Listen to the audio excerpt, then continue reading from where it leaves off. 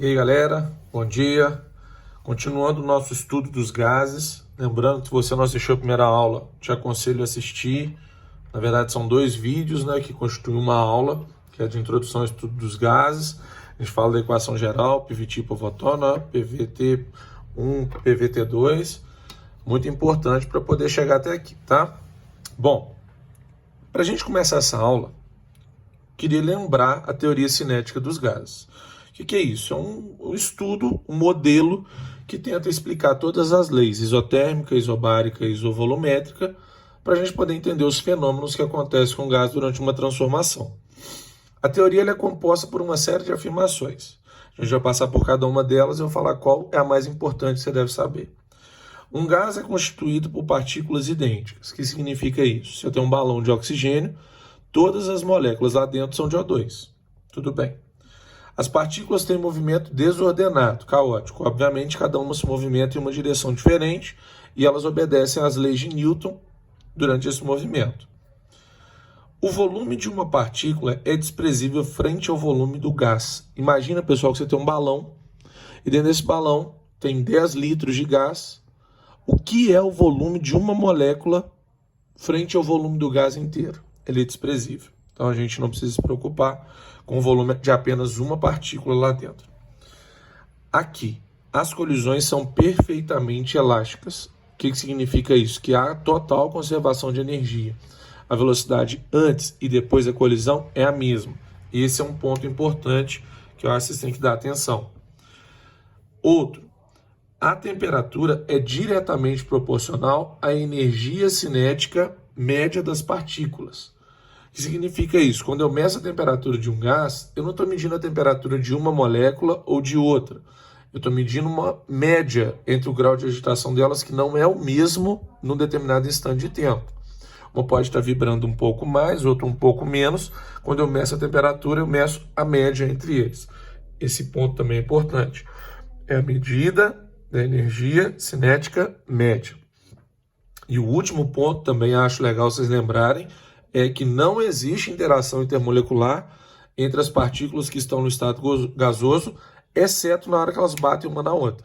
O que justifica isso? As partículas sempre estão muito afastadas.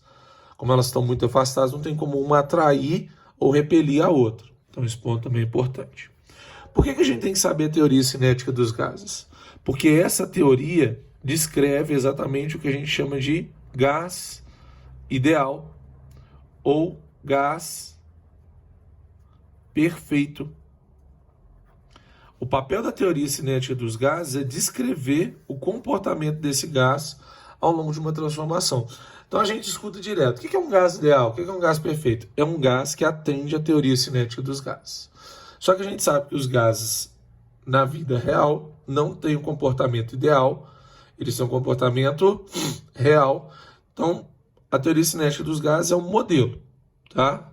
Ela não é 100% explicativa para os gases, tá bom? Mas a gente vai usar ela sempre, porque apesar dela ser um modelo, ela se aproxima muito ao comportamento do gás real. Bom, se a gente entender que o gás ideal ou perfeito é um gás que adequa a todas essas afirmações da teoria cinética, Clapeyron, ou Clapeyron, como alguns falam, pega a equação geral dos gases, PVT por Votor,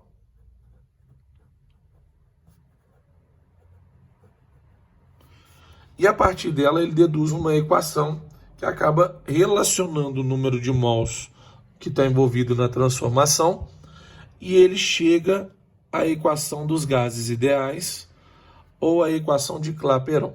Se depois alguém quiser, eu deduzo essa equação, mas eu acho que não tem necessidade. Que é o conhecido PV igual a nRT, que alguns usam macetinho para decorar. Por vocês, nunca rezei tanto, tá? O que é a equação de Clapeyron ou a equação dos gases ideais? É uma equação em que eu tenho a presença da constante dos gases R e a partir dela eu consigo relacionar o número de mols do gás que está envolvido na transformação. Então vamos entender o que é cada uma dessas letras. P é a pressão, tá? V é o volume, N é o número de mols do gás envolvido, R é a constante dos gases e T é a temperatura. Primeiro, pessoal, eu vou pedir a vocês para decorar uma coisa. Em 99% dos exercícios, a gente vai usar o valor da constante dos gases como 0,082, e aí ela tem umas unidades de medida aqui, mas a princípio eu quero que você decore. O R vale 0,082. Em alguns casos, quando a pressão é dada em milímetros de mercúrio, mmHg, e são raros os exercícios, tá, gente? O R ele vai aparecer com uma outra unidade e com um outro valor, 62,3. Mas isso é uma vez a cada 100 exercícios que você estiver fazendo. Então, vamos decorar esse valor, 0,082. Uma outra coisa que eu queria lembrar, importante, vou botar aqui, ó, PS, muito importante. Na CNTP, o que significa CNTP? Anota aí. Condições normais de temperatura e pressão. Quanto vale cada coisa aqui? A temperatura vale 0 graus Celsius, só que lembra que eu falei na primeira aula, a gente só trabalha aqui com temperatura em Kelvin, então 273 Kelvin. E a pressão, 1 atm. Quando eu falar para você que o gás está nessa condição, 0 graus Celsius, 1 atm de pressão, 1 mol dele, seja de qualquer gás, então vou escrever assim, 1 mol de gás, ocupa um volume de 22,4 litros. Qualquer gás ocupa um volume de 22,4 litros. Beleza? Então, pessoal, para qualquer gás, eu vou pegar um gás aqui na CNTP, ó, bota ele dentro de um balão, CNTP, e eu tenho um gás aqui dentro. Esse gás é um gás qualquer, podia ser O2, podia ser N2, pra você entender que não faz diferença. Na CNTP, eu sei que a temperatura é de 273 Kelvin. Sei que a pressão é de 1 atm. Eu estou considerando que aqui dentro tem 1 mol do gás. Então, N é igual a 1 mol. E eu sei que 1 mol de qualquer gás na CNTP tem um volume de 22,4 litros. Se eu jogar isso no PV igual a nRT, vamos lá, ó, pressão, 1 atm. Volume, 22,4 litros. Número de mols, 1 mol. O R é o que eu quero descobrir para vocês verem, não onde vem o valor.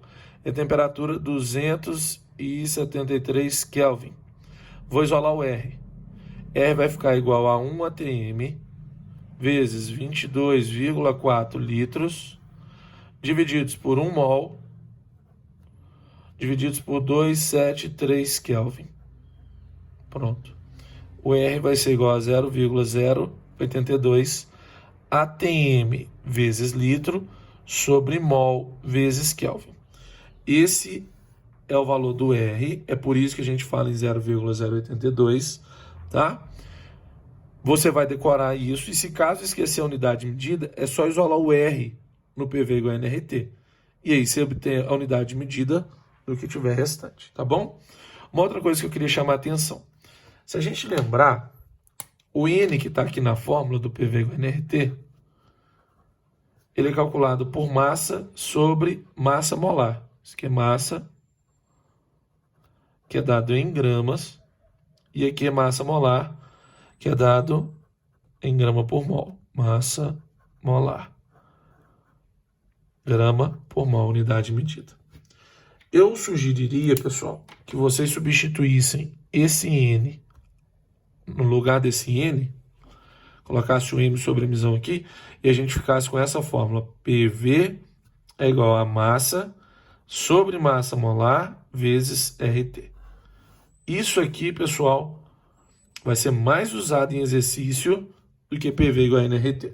Se chegar no exercício e tiver massa, você já usa essa de baixo e não a de cima. Tranquilo?